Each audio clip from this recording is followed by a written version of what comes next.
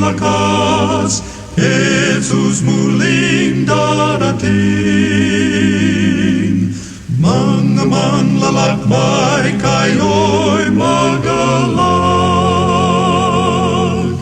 Jesus muling darating. Ito ang tinig ng pag-asa, isang palatuntunang masayang nagsasabing si Kristo'y muling darating. Tiyak na darating at malapit nang dumating. Kaya't kaibigan, umadakang siya'y salubungin. Siya'y darating, Jesus muling darating. Okay, sa pong mapagpalang umaga sa ating mga tagapakinig, taga-subaybay ng Tinig ng Pag-asa. Sumasa inyo naman po ang programang ito ng Tinig ng Pag-asa. Good morning po sa kabukas lang po ng kailan po mga radyo, no? Live po tayo mapapakinggan. Live din po tayo mapanood sa FB, no? 101.7 radyo natin sa San Jose. Yan. Isa pong magandang umaga pinapabot sa programang Tinig ng Pag-asa. Ayan. Good morning sa ating mga sumusubaybay sa ating programang ito ngayong umaga, no? Good morning po. At sa ating pong laying kasama sa ating kontrol kay sa pangunan ni Sir Robert. No? Good morning, sir. No? At sa mga nakikinig sa mga sa umagang ito, ayan. Akin mo nang babatiin ang aking pong may bahay, si Ira Alabarta, no? Good morning po. Diyan sa Naibuan, no? Sa ating pong mga kapatid, no? Na mga katutubo, sa mga buwid at sa Hanunuo tribe, no? Good morning po sa mga nakikinig diyan sa proper, no? Mga, yan. Kay Nanay Opel, diyan sa Naitan, good morning din. Kay Noel Española, no? Good morning din po. At dito sa San Roque Dos, sa Baez family, the Resay family, no? Good morning po. Sa ating schools diyan sa Adventist Academy, no? Good morning po sa ating mga kaguruan na patuloy na nakikinig sa ating programa. Ayan po. Sa akin po mga kasamahan sa pagpapalaganap ng salita ng ating Panginoon. Good morning po sa inyo. Ayan. No? At ganoon din po, no, binabati ko rin po diyan sa Mantay, no, sa Kalintaan, sa ating pong mga kapatid diyan, no. At sa naabot ng tinig na ito, no, diyan po sa ating pong kapit lalawigan sa Oriental Mindoro, no. Good morning po sa inyo. Dito sa bayan ng San Jose, good morning po sa ating palengke at sa lahat ng mga tricycle driver at ganoon din po sa van driver, no, bus driver, good morning sa inyo, sa mga truck driver, no. Good morning po sa inyo, sa ating po mga motorista, no. Good morning po. Ayan. So, meron po akong kasama, siya na po yung magpapakilala, no. Ibibigay ko po yung pagkakataon sa akin pong kapartner. Ayan. Isang mapagpalang umaga po sa ating lahat, mga kaibigan. At ang inyo pong lingkod ay nais ko pong magpakilala. Ako po ay first time po magsalita dito sa radyo natin. At ang inyo pong lingkod ay si Alvin Untalan. Ako po ay nakatira sa Barangay Naibuan. Sa umaga pong ito ay binabati ko po dyan ang ating pong mga kapatiran sa buong Mountain View Quezon at yun din ang atin pong mga kaibigan na patuloy pong nakikinig sa radyo natin ng 1FM. So sa umaga pong ito ay patuloy po tayo sa atin pong pag-aaral ng salita ng Panginoon at ako po ay lubos nagpapasalamat sa pagkakataong ito na ako po ay inyong makasama sa ilang oras na atin pong pagtatalakay ng salita ng atin pong Panginoon. Ayan po, no. Yan po si Brother Alvin Untalan. Ayan po. Siya po ay lisensyado na po sa teacher, no. At congratulations kay Alvin, no. Siya po ay isa na pong ganap na teacher, no, at may lisensyado na po siya, no. At isa rin po siya ang pastor, no, si Pastor Alvin Untalan. Siya po ay pastor din, no. Yung dalawang course po yung tinapos niya, no. Yan dyan po sa lugar ng ano ba yan, sa Inlac. No? Diyan po siya nagtapos, no, sa Northern Luzon, no. Yan. So bago sa ating pag-aaral, may kinalaman po sa naroon ng patay. Yan po yung pag-aaralan natin mamaya. Babalikan po natin ng kaunti, no, para maunawan po natin at maintindihan, no. At tayo ay pangunahan ni Sir Alvin, no, at mamaya-maya, no. At akin po ibibigay yung pagkakataon sa kanya, no, pang mapaliwanag ng maayos, no. Inyo po kami samahan, no, sa amin po mga tagapakinig, taga-subaybay ng programang ito. Ay inayahan ko po kayo na samahan niyo po kami, no, sa oras na ito. Ayan.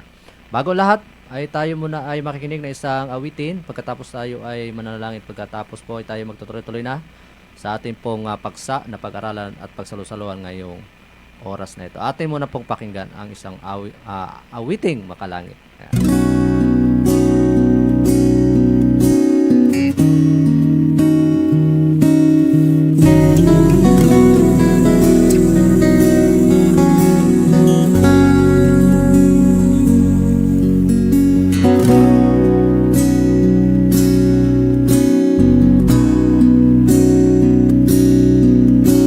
Hindi mo ba alam kapag ika'y nakararamdam ng paghihirap kainan sa puso mo? Hindi mo rin batid sa kasiyahan may balakid, ngiti ay mababawi sa iyo. Asahan mong ligaya ang iyong makakamtan, panalangin pagtitiwala sa Diyos. Buksan mo ang puso ko, kalooban kainan ang ibibigay sa Diyos. Baguhin mo ko, patawarin at linisin ang sarili kong ito, Panginoon ko.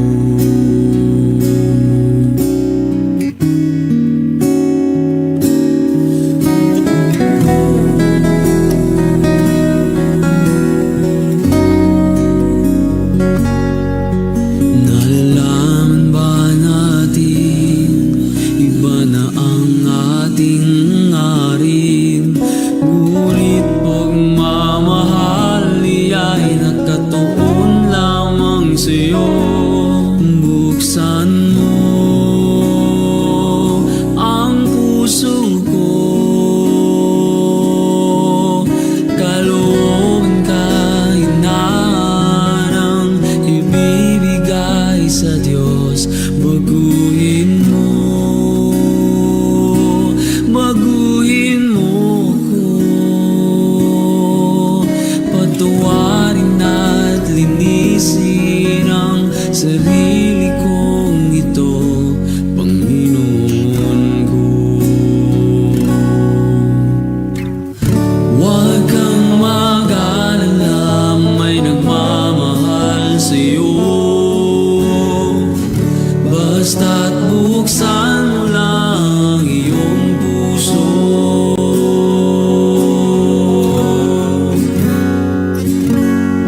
Buksan mo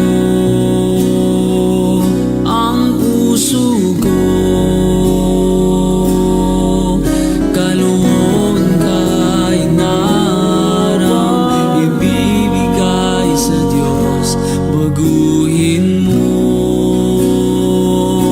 Baguhin mo ko,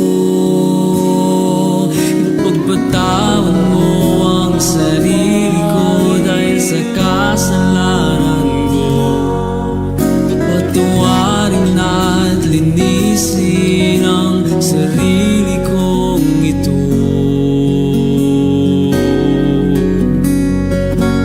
Panginoon ko.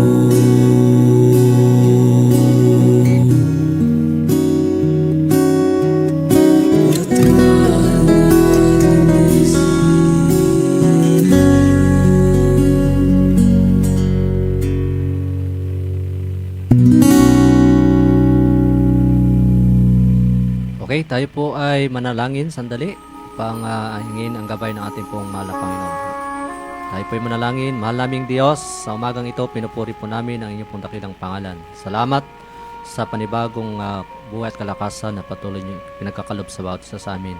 Salamat Panginoon sa inyong pag-iingat na kami nakarating sa lugar na ito upang ipagpatuloy ang inyong pong mensahe at marinig nawa ng aming pong mga patuloy na sumusubaybay sa programa ng Tinig ng Pag-asa. Upang sila ay makapulot ng mga aral na may kinalaman po sa inyong Panginoon at sila man ay tumanggap bilang inyong mga anak sa lupang ito. Ngayong umaga, pangunahan niyo po kami at ang banal na Espiritu ay siya pumuspos sa amin po mga kaisipan at sa aming puso. At dalangin din po namin na patuloy na pagkasama ng banal anghel sa lugar na ito habang kami mag-aaral, Panginoon. Samahan niyo po kami sa pag-aaral na ito at patawarin po ninyo kami sa aming mga pagkukulang pagkakasala namin at sa inyo. Lahat pong ito na aming pong hinihiling, nadulog sa matamis na pangalan ng Kristo Jesus. Amen. Ayan. Tayo po ay magpapatuloy na sa ating pag-aaral, mga kapatid, no? Ang sabi po dito sa tanong ay saan naroroon ang patay, no? Yan po yung ating pinag-aralan nakaraan. Babalikan po natin, no? At para maunawaan po natin matindihan. Yung ating pong talatang babasahin ay matatagpuan po sa aklat ng Juan, no?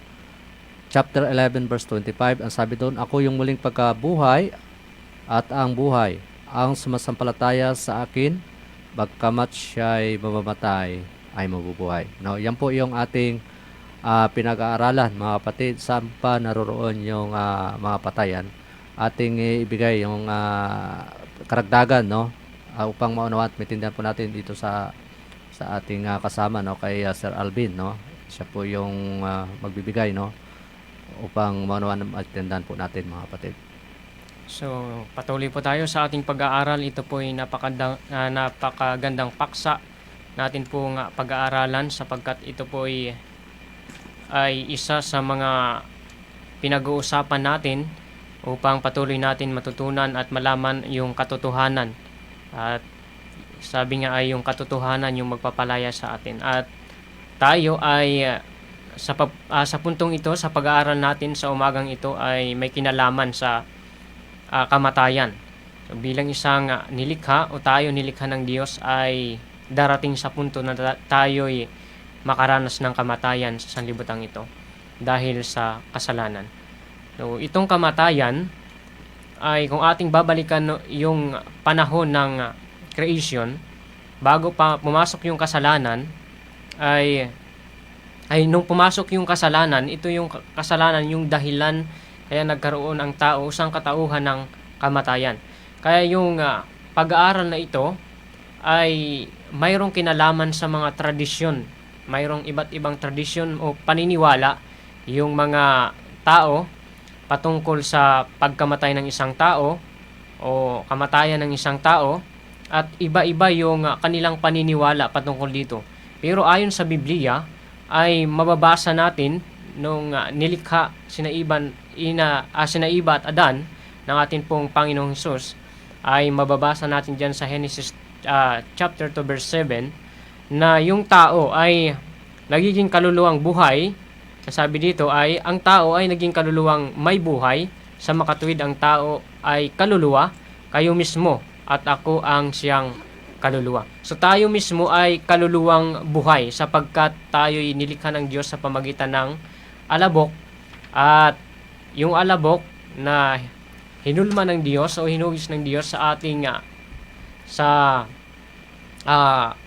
image ng ating Panginoon ay kanyang hiningahan at nagiging kaluwang may buhay na ito'y sina Iba at Adan. So nung pumasok na yung kasalanan, mabilis po natin yung kwento. Nung pumasok na yung kasalanan sa sanlibutan ito ay nagkaroon na ng kamatayan ang tao. So ngayon, ano yung kalagayan ng tao, Brother Jimmy? Ano ba yung kalagayan ng tao natin, kalagayan natin bilang tao kapag tayo po'y namatay na? So, nabanggit mo kanina, pag buhay, no? Tayo mismo to buhay, no? Ito ay Buhay na kaluluwa. Buhay na Kaluluwang kaluluwa. Pag tayo ay namatay, yan po ay kaluluwang patay, no? Yan po yung yun po yung ano natin, no, bilang tao, no? Yung ating pong patutunguhan, tayo ngayon ay nabubuhay, ay kaluluwang buhay, no? Pag patay na po ay kaluluwang patay na po, no, mga kapatid. Yan. So, yung pag tayo namatay, no, mga kapatid, by tanong dito kung may malay pa, no? May malay pa ba yung patay? Ayan, yan po, no. Yun po yung ating tanong, no? Kasi maraming tumatanong sa atin, no? Lalo tigit sa ating mga nag-aaral ng banal na kasulatan, na yun po yung karamihang tanong, no? At yung nakaraan, yung binabalikan natin yung yung patay ba, no, ay nasa langit na ngayon. Yan po, yun. Pagka namatay ba ang isang tao, mamaya pag-aralan natin yung mamaya yung unahin muna po natin ito yung ang mga patay ba ay nasa langit ngayon. Ayan. Sabi po dito sa awit 115 verse 17, paano ipinaliwanag ni David yung patay ay wala pa sa langit, no? Ang patay po ay hindi nagpupuri sa Panginoon ni sinumang bumababa, no, sa katahimikan. Ayan po, sabi doon sa awit chapter 6 verse 5, sapagkat ang kamatayan ay hindi na naaalala ng Siyol man ay sinong sa iyo ay magpupuri pa. Sinabi ni David, mga kapatid, na ang patay pag namatay na po ay hindi na po makapagpupuri sa Panginoon. Ayan. Dagdag? So, yun. Correction lang po kanina sa Genesis 2 verse 7 ay yun, nagkamali yung pagkabasa ko. Nasabi dito, ang Diyos ang lumalang sa ang Diyos ang lumalang sa tao mula sa labok at hiningahan ang butas ng ilong at naging kaluluwang may buhay. So, tayo po ay nagiging kaluluwang may buhay sa pamagitan ng hininga ng ating pong Panginoong Hesus. So, balik po tayo doon sa sinasabi ni Brother Jimmy na yung tao, kapag siya'y namatay, ano ba yung kalagayan ng tao kapag siya'y namatay? Ano yung mangyayari pag siya ay namatay? So, kung babasahin natin ang Ecclesiastes 12 verse 7, ang sabi doon, ano ang sinasabi Brother Jimmy sa Ecclesiastes 12 verse wait lang. Ayan. So, yan, habang hinahanap ni Sir Alvin yung talata, no, babalikan po natin, mga kapatid, no. Pag apatay, no, tayo itong physical natin, ito ay babalik doon sa alabok, no. Yun talaga po yung mangyayari sapagkat tayo ay hinulma, no, ng Panginoon mula sa lupa o sa ay doon po tayo babalik, no, mga kapatid. Itong ating physical na katawan babalik po sa alabok yan, no, mga kapatid. At yung ibinigay ng Panginoon na buhay o hininga, no, nabanggit natin kanina na yung hininga, yan po ay babalik doon sa ating pong mahal na Panginoon. Ayan. So, ang patay po, mga kapatid, no, ayon sa malalim na pag-aral, sa pag-aral po natin, ang patay, no, mga kapatid, tandaan natin, no, ang patay, pag ililibing yung katawang lupa, kasi po'y nabubulok yan, no, mga kapatid, doon yan na ibabaon, no, sa lupa, yung ito mismo yung ating physical na katawan o lupa, no, lupang itong ating lupang katawan ay babalik po, no, at doon ililibing, no, mga kapatid. At ito ay mabubulok, mga kapatid. Pero yung ang patay ngayon ay tandaan natin ay sila ay nasa libingan, no. Yung ating po mga mahal sa buhay na namatay, sila po ay nanatili nandoon sa libingan, mga kapatid, no. Nandoon po sila namamahinga, no, mga kapatid. Pasamantala silang namamahinga doon, mga kapatid. At ang kalagayan po ng patay ay sila po ay naroon lang, no. Hindi pa sila sabi andoon na sa langit, no. Kaagad pag namatay ang tao ay aakyat kaagad sa langit. Hindi po ganon, no. Mananatili po doon sa libingan, doon po magpapahinga. Ayan. So yun po, ayon sa Biblia, sa Ecclesiastes 12 verse 7, ang sabi doon, at ang alabok ay mauwi sa lupa, gaya ng una, at ang espiritu ay babalik sa Diyos na nagbibigay sa kanya. So yun po yung sinasabi ng Ecclesiastes 12 verse 7, kapag namatay ang isang tao, ay yung kanyang hininga ay babalik sa Diyos, at yung kaniyang katawang lupa ay babalik sa pagkaalabok. So malinaw na ang isang tao kapag siya'y namatay, yung kaniyang kaluluwa o yung sinasabi nila yung kaluluwa ng isang tao ay pagala-gala kahit saang bahagi o kahit saang dako, yun po ay pagdating sa biblical principle o ayon sa banal na kasulatan ay hindi po yun yung basihan o yung paniniwala. At itong Biblia mismo yung nagsasabi na ang kaluluwa kapag siya'y patay na o yung katawan natin kapag tayo'y patay na, yung kaluluwang patay o yung katawan natin ay babalik sa alabok at yung kaluluwang buhay o yung hininga natin ay babalik sa atin pong Panginoon. Dagdag pa dito sa Ecclesiastes 9:5-6, ang sabi dito, sapagkat nalalaman ng mga buhay na sila'y mga matay, ngunit walang anumang nalalaman ang mga patay, pati ang kanilang pag-ibig at ang kanilang pagtatanim at ang kanilang pagkainggit ay naparamnam. Ibig sabihin, kapag namatay yung isang tao, ay wala nang pakiramdam, Brother Jimmy. Yes. Wala na siyang nararamdaman. Kaya ang sabi ay katulad siyang ng isang natutulog o natutulog.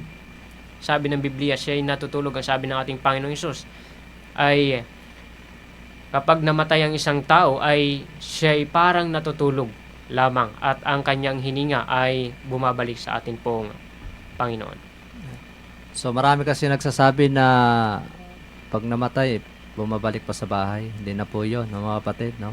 Hindi na po yun na bumabalik sa bahay at hindi na, hindi, minsan nagpapakita. Marami akong karanasan ayon sa kanilang pagkaunawa, pagkaintindi, no?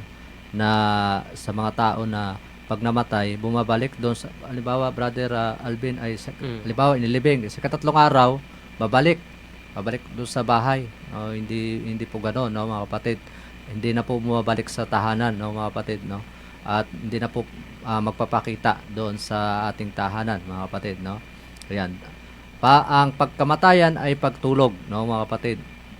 Parang natutulog po, no, mga kapatid, no?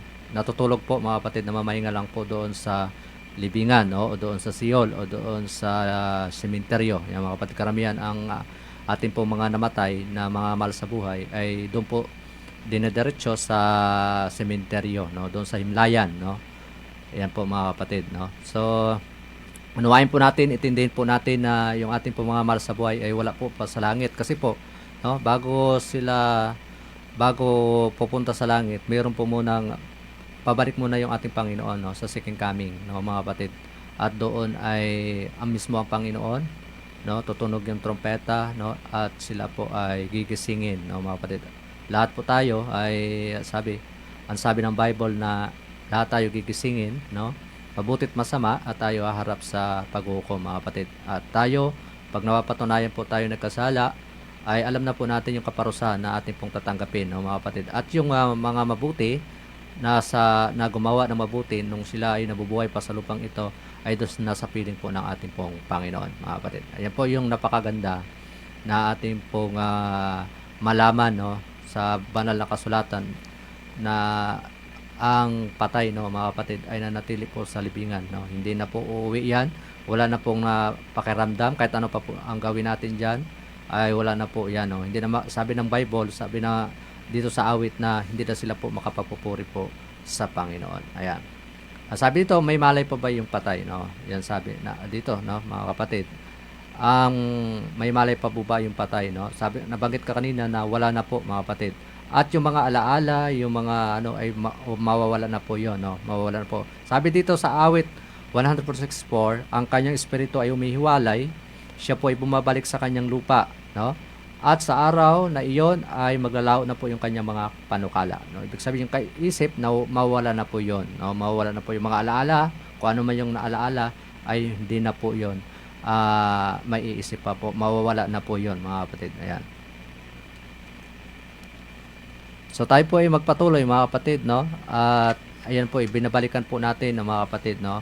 Dito naman po ang patay po ay wala na pong nalalaman, no? Kahit ano pong gawin po natin sa physical niyang katawan, ay kahit ano po pong gawin natin yan, kurutin pa po natin yan, kahit ano pa sampalin po natin, ay hindi na po yan makakaramdam, no? Wala na pong malay pag ang tao po ay namatay na po. Dito naman, no, Brother Sir Alvin, dito sa spiritismo, no? Yan po, makaramihan kasi ay ginagamit ng kaaway ito, no, mga nasabi diyan, ano yung maigpit na babala ng binigay laban sa mga sumusubok makipag-usap, no, sa patay. Ayan. Ano ka bang dagdag diyan? Ano yung sinabi? Yung sa spiritismo. Ayan. Yan po yung ating pag-aaralan, no. Ayan. Sabi dito, anong mahigpit na babala ang ibinigay laban sa sumusubok na makapag-usap sa patay? So, yung mga nakikipag-usap sa patay, yung sa mga patay na mga kaluluwa, yung mga minamahal na mga kaibigan ay hindi yun tunay na kaluluwa mismo. Ang sabi nga ay, kung ating babasahin sa Deuteronomy 18:10-12, ang sabi dito, huwag makatagpo sa iyo ng sinumang manghuhula o manggagaway o inkantador o mangkukulam o gumamit ng anting-anting o ng paggamit sa masamang espiritu o sa lamangkiro o sumasangguni sa mga patay, sapagkat sino mang gumagawa ng mga bagay na ito ay karumaldumal sa Panginoon.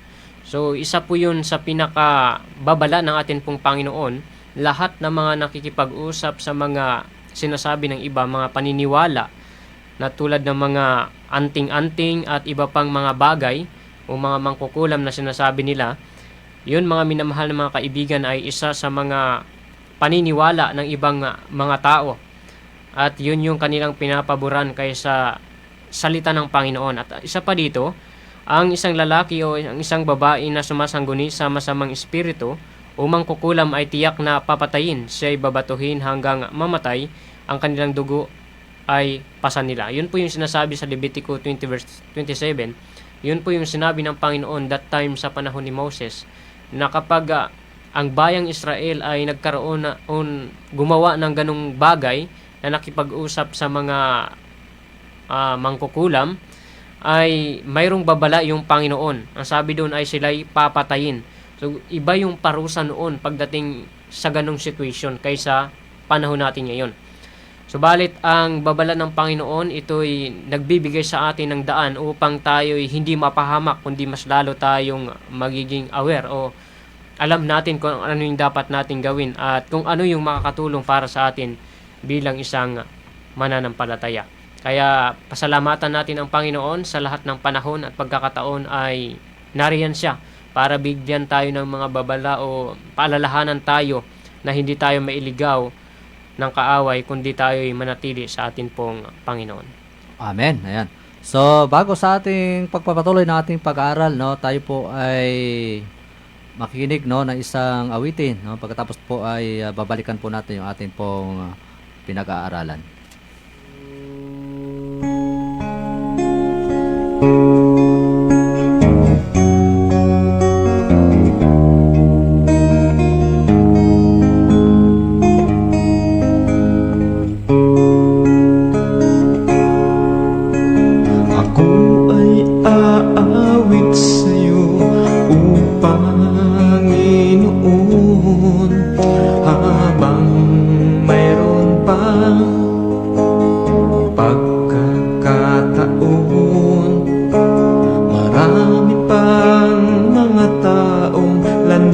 Mo'y hindi matuntun, gamitin mo ang awit ko sa pagmimisyon.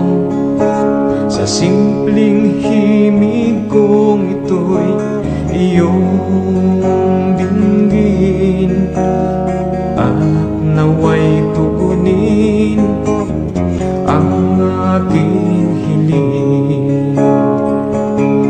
Ako ay aawit sa'yo, O Diyos. Pakinggan mo ang pagsamo ko. Ako ay aawit sa'yo, Jesus. Ngayon, bukas at magpakailanman.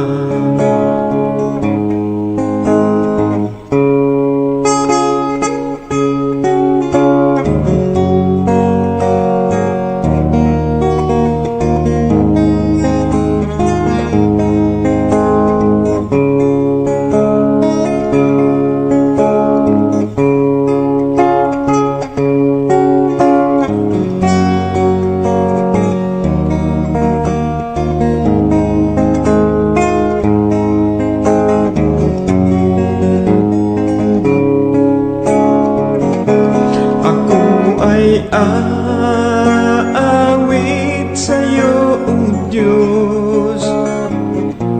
Pakinggan mo ang pagsamo ko.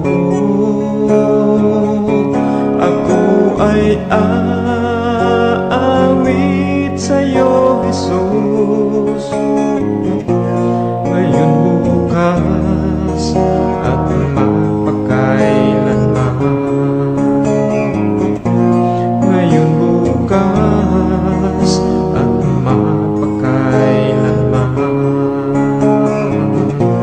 Ngayon, bukas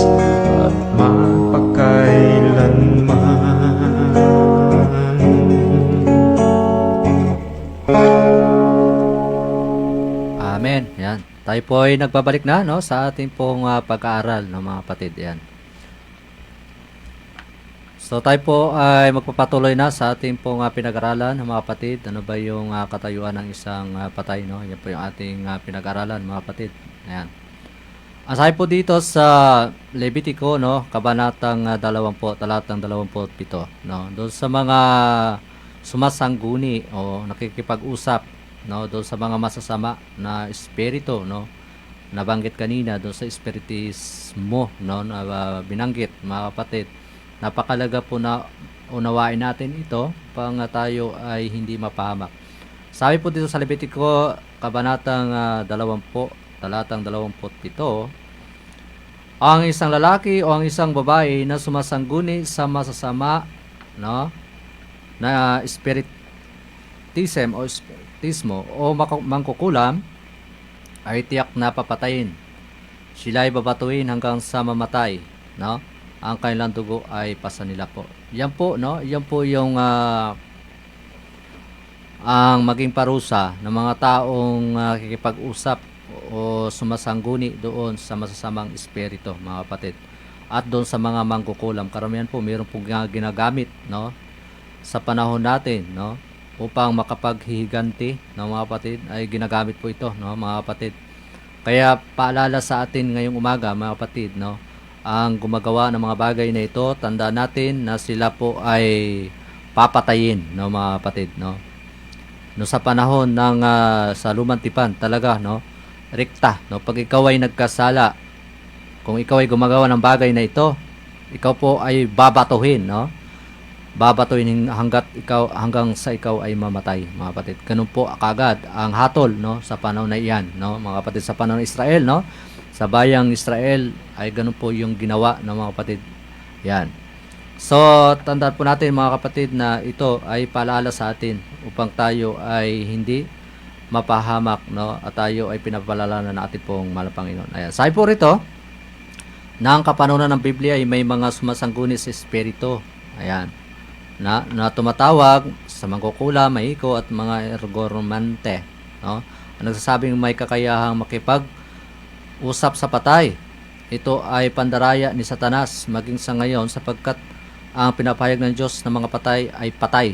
Wala silang nalalamang anuman, silang sabi diyan, sila ay wala pa sa langit o sa ibang mundo. Ang espiritu nagpapanganib, no, nakapakapanganib at kakakikilabot ni pandaraya ito kung kaya't ipinag-utos ng Diyos na patayin ang mga sumasangguni sa espiritu, mga kapatid. Ayan. So, meron akong mga nakausap na ating pong mga mahal na ating pong mga kapatid na katutubo na pag namatay, no, kinakausap nila yung namatay nilang mahal sa buhay na ingatan, no, yung kanilang kaingin, ingatan yung kanilang mga ganito, no, kanila pong kinakausap, no. So hindi po 'yon, no. Hindi po 'yon ang totoo, mga kapatid, no. Wala na pong nalalaman anuman ang patay, no, mga kapatid. Kahit ano pang gawin natin diyan, nakipag-usap, kausapin man natin ang kausapin yan, hindi na po 'yan sasagot, no. At hindi niya na po alam kung ano man yung sinasabi natin sa kanya, no. Maliban lang tayong buhay, no, tayo'y buhay, ay alam po natin, no, mga kapatid, no. Ayan. Sabi po dito, no, ang patay, yung itong si Haring Saul, yung unang hari ng Israel, no, ay ito ay nagsumangguni, no, talaga, no, sumangguni. Sabi doon ay namatay si Saul sa unang hari ng Israel sapagkat sumuway, no, sinuway niya po yung Diyos na sinubukan na sikapin ang patay sa pamamagitan ng sumasangguni si espiritu. Mabasa po natin diyan sa 1 Samuel chapter 28 at 1, no. 1 Coronica, no, 10:13 at 14. Kung may mga pagkikayat sa inyong dumalo sa isang pangpupulong sa espiritu, huwag kayong pumunta. Mga mapagpabalitang dala ng mga sumasangguni sa espiritu ay mula sa masamang anghel ni Satanas at hindi mula sa mga patay. Tandaan po natin, ang kaaway inihulog dito, no, sa lupa. Nandito po nagasik, no, yung mga kasamahan ni Satanas, yung kanya pong mga anghel na nadaya mula galing sa langit. Nandito na po, sila na po yung mga masasamang espiritu na gumagala-gala diyan, no, mga kapatid, sa ating paligid upang manira, no, sirain, no, yung ating pong paniniwala sa ating pong mahal na Panginoon. Sila po yung gumagawa, no, ng masasama sa lupang ito, magasik ng lagim, no. Yan po talaga yung totoo, no. Sila na po yung halimbawa pag namatay, sila na po yung pumapalit, no. Kinukuha nila yung mukha ng ating mga mahal sa buhay at magpapakita, no, mga kapatid, at umuwi doon sa ating bahay. Hindi na po yan, hindi po totoo yan, no, mga kapatid, na bumalik yung ating pong mahal sa buhay. No, iba na po yan, no, ginamit na po ng kaawayan o ng masamang espiritu yung ating pong mga mahal sa buhay. Yan. Okay, may dagdag, Sir Alben? So, yun po. Ang sabi po dito, bilang isang patutuo ng atin pong Panginoon sa sinulat sa aklat ng Acts 2:29 to 29 and 34, ang sabi dito, mga kapatid, malayang masasabi ko sa inyo tungkol sa patriarkang si David, na siya'y namatay at inilibing, at nasa atin ang kaniyang libingan hanggang sa araw na ito. Sa verse 34, ang sabi po, sapagkat si David ay hindi umakyat sa mga langit, datapat sinasabi niya rin, sinasabi ng Panginoon sa aking Panginoon, maupo ka sa aking kanan.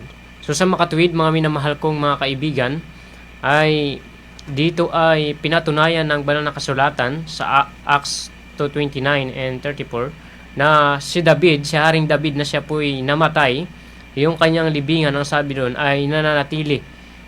Ibig sabihin, o sa makatuwid bagay, hindi pa umakyat sa langit si David, na sinabi ng Biblia o pinapatunayan ng banal na kasulatan na kapag namatay ang isang tao, matuwid man siya o makasalanan sa inyo pong sa paningin natin o sa ating paniniwala, kung ano man yung tao na yun, kung ano man yung ugali o karakter ng isang tao, ay hindi natin alam kung siya ba'y mapupunta sa langit o kung siya ba'y mapupunta sa langit sa darating na o sa tinatawag na ikalawang pagbabalik ng ating Panginoon. At Diyos lamang yung nakakaalam kung ang isang tao ay makakarating sa langit o makakasama sa langit na bayan. Pero mayroon tayong kasiguruhan kapag tayo ay nasa atin pong Panginoon. At malinaw po na pinapatunayan na banal na kasulatan na ang masasama ay tiyak na mayroon silang kakamti na kaparusahan. Subalit dito po ay pinapatunayan na banal na kasulatan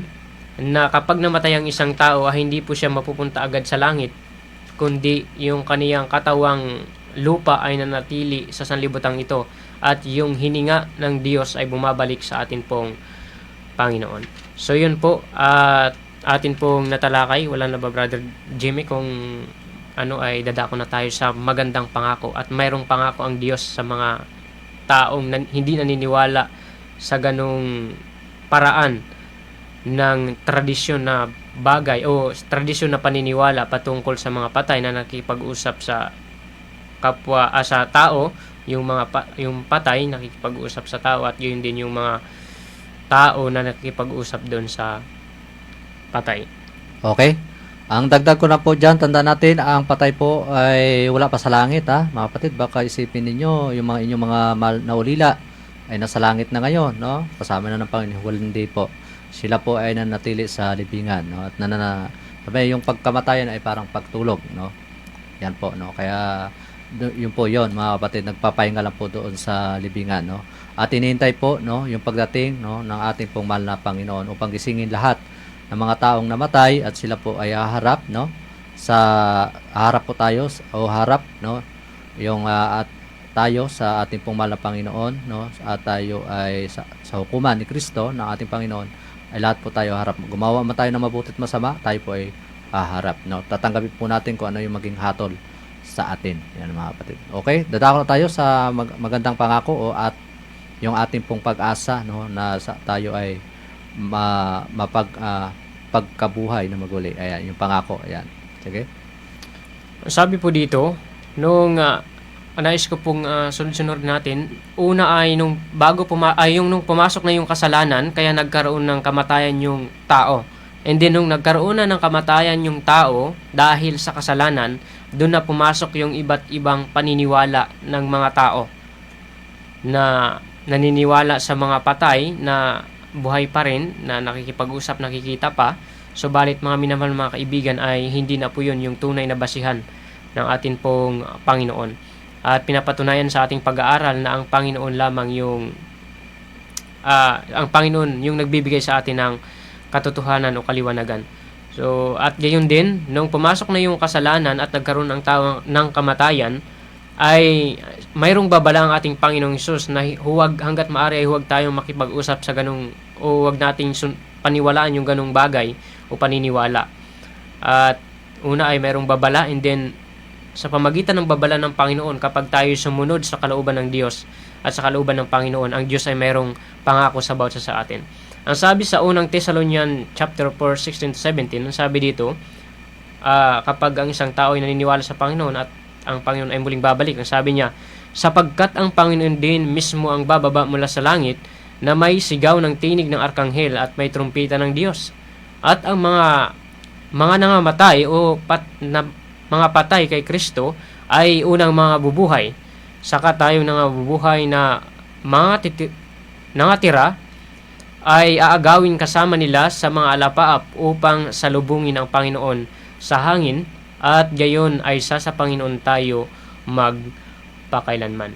So, ibig sabihin, yung mga taong matuwid, na alam natin, mga taong matuwid, ay hindi po sila aakyat doon sa langit hanggat hindi pa dumarating yung atin pong Panginoong Hesus. At yung mga mahal natin sa buhay na mga patay, ay hindi po yun pumunta na sa langit or saang dako na pumunta sa iba't ibang paniniwala na kanila pong sinasabi. Malinaw po ang sabi ng Biblia na ang Panginoon ay muling babalik na may isang tinig ng arkanghel at may trumpita ng Diyos, na ang lahat ng mga nakay Kristo, sila po'y unang mga bubuhay, at gayon din yung mga natitira na buhay, sila po'y kasama na sasalubong sa atin pong Panginoon sa kanya pong muling pagbabalik. At makakasama natin ang ating Panginoon, ang sabi dito ay magpakailanman. So, mayroon pa po dito, sabi sa 1 Corinthians 15, chapter 15, verse 52 and 54, sa isang sandali, sa isang kisap mata, sa huling pagtunog ng trumpita, sapagkat tutunog ang trumpita, at ang mga patay ay mga bubuhay na walang kasiraan. At tayo babaguhin, sapagkat kinakailangan na itong may kasiraan ay magbihis ng walang kasiraan. At itong may kamatayan ay magbihis ng walang kamatayan. Datapwat kapag itong may kasiraan ay nabihisan ng walang kasiraan, at itong may kamatayan ay nabihisan ng walang kamatayan. Kung magkagayoy mangyayari ang salitang nasusulat, nilamon ng pagtatagumpay ang kamatayan. So malinaw po ang sinabi ng banal na kasulatan ng Panginoong Hesus ay muling babalik upang tayo'y kunin at tayo'y makakasama ng atin pong Panginoong Hesus doon sa langit na bayan na inihanda ng Diyos sa bawat isa sa atin, at ang Diyos ay muling babalik upang ang mga nangamatay kay Kristo, yung namatay kay Kristo, ang sabi dito ay magbibihis ng walang kamatayan, at yung may kasiraan ay magbibihis ng walang kasiraan.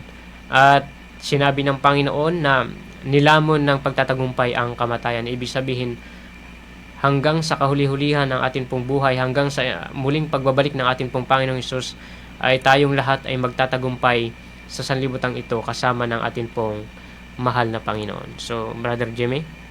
Okay, ang pag-asa po natin sa muling pagkabuhay, walang iba kundi ang ating pong mahal na Panginoon. Siya po may hawak, no, ng susi, no, susi ng kamatayan o libingan, mga kapatid, no. Sabi doon sa Juan 3:36, ang sumampalataya sa anak ay may buhay na walang hanggan. Ibig sabihin si Jesus yun, no, yung ating pong si Yesu Kristo, mga kapatid. Pag tayo na nampalataya, naniwala tayo, no, mga kapatid, tayo muling mabubuhay, no. Bagamat tayo mamamatay, lahat naman po talaga tayo mahahantong sa kamatayan. Wala po yung exempted dyan. Lahat po tayo ay mamamatay. Ang pag-asa po natin ay yung muling pagkabuhay natin, walang iba kundi ang ating pong Panginoon, no? Yan po yung pag-asa po natin, no, sa ikalawa po nating pagkabuhay. Walang iba magbibigay niyan kundi ang ating pong mahal na Panginoon. Sabi diyan, si Jesus lamang yung may hawak ng susi sa libingan, no? Kung mananampalataya ka, no, sa kanya at sundin ang kanyang salita, mayroon kang katiyakan sa kapangyarihan ng pagkabuhay na maguli at pangako na walang hanggang buhay sa langit. Yan, no? Yan po yung ating mga pag-asa. Pag-asa po natin na yung ating Panginoon, siya'y namatay 3 araw, no, mga kapatid, siya'y muling nabuhay, no?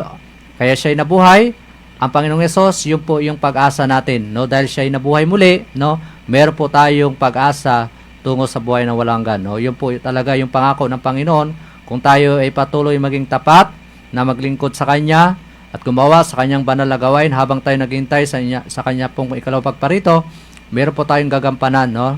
Yung ating pong mga gawain na ibinigay sa atin ng Panginoon o iniwan ng ating Panginoon, yun po yung ating gagampanan, mga kapatid.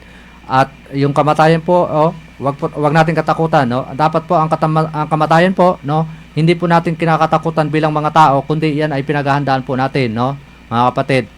Wag po tayong matakot sa kamatayan, no?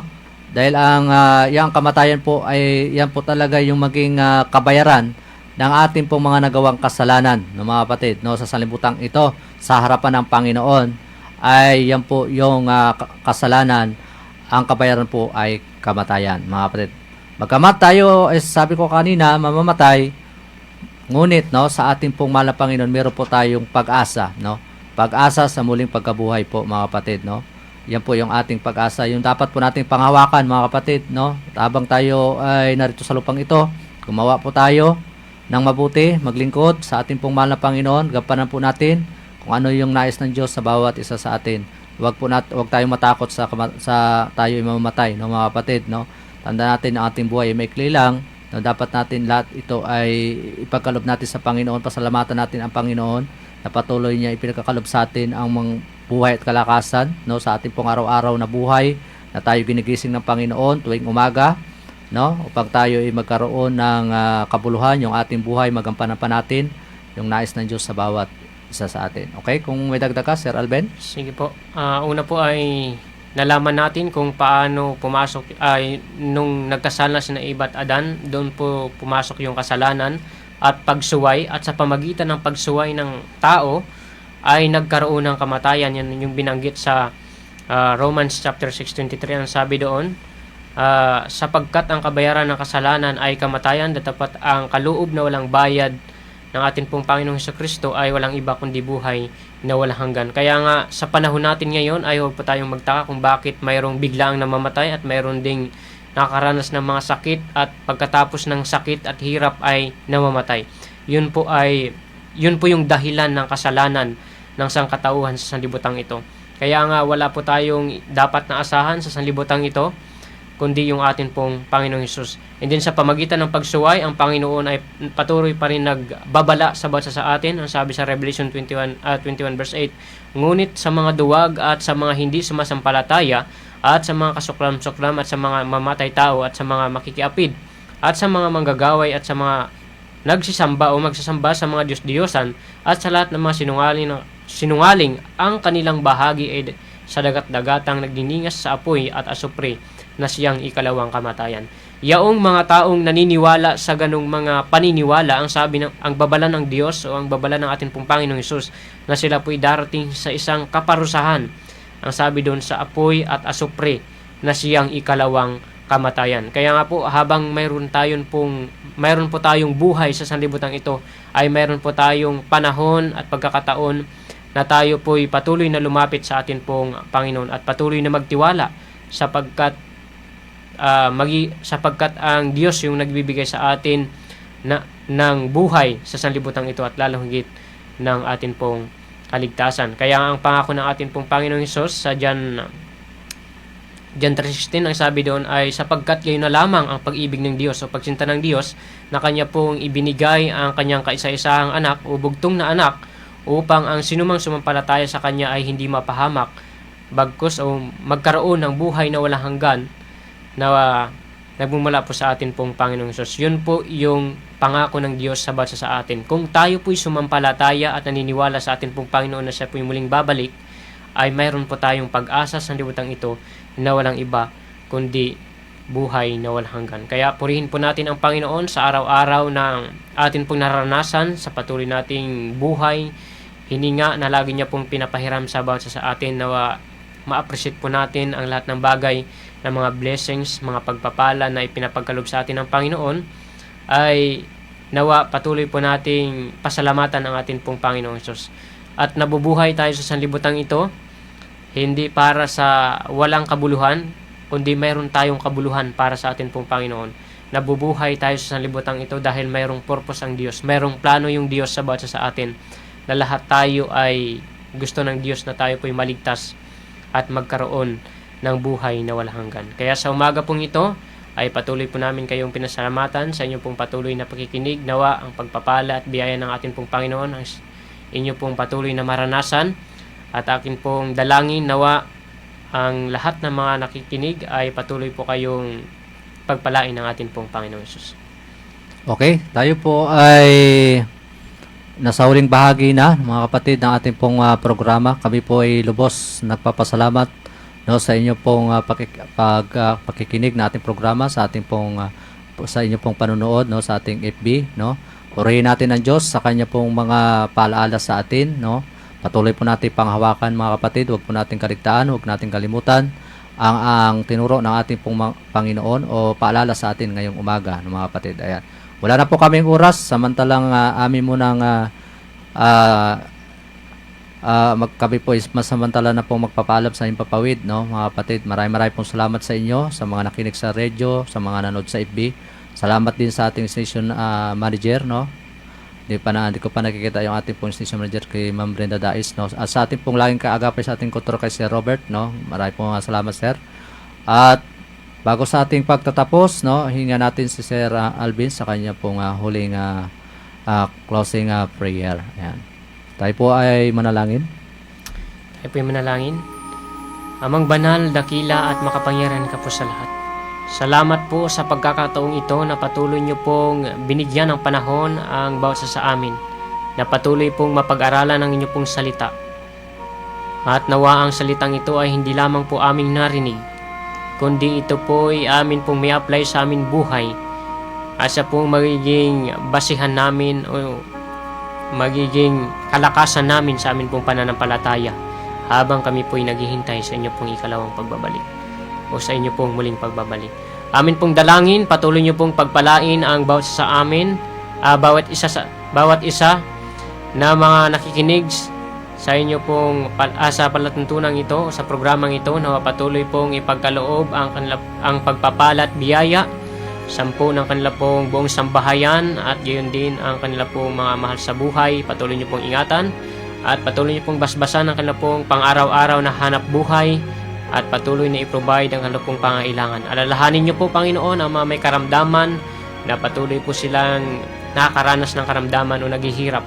Nawa inyo pong pagalingin at ipagkalob sa kanila ang patuloy na kapayapaan. Pagpalain niyo rin po, Panginoon, ang station ito, lalo na, Panginoon, ang radio ito. Nawa patuloy pa pong silang gamitin na sa inyo pong banal na gawain, at yun din kay Sir Robert. Maraming salamat po. Nawa patuloy niyo po siyang pagpalain, ang kanya pong pamilya at buong sambahayan. Pagpalain niyo rin po, Panginoon, ang aming pong mga kapatiran na patuloy pong nakikinig. Nawa patuloy po silang ingatan at gabayan sa buong maghapong ito, at nawa patuloy po namin maranasan ang kapayapaan at lalong higit ang pagpapala ng langit ay siya naming maranasan.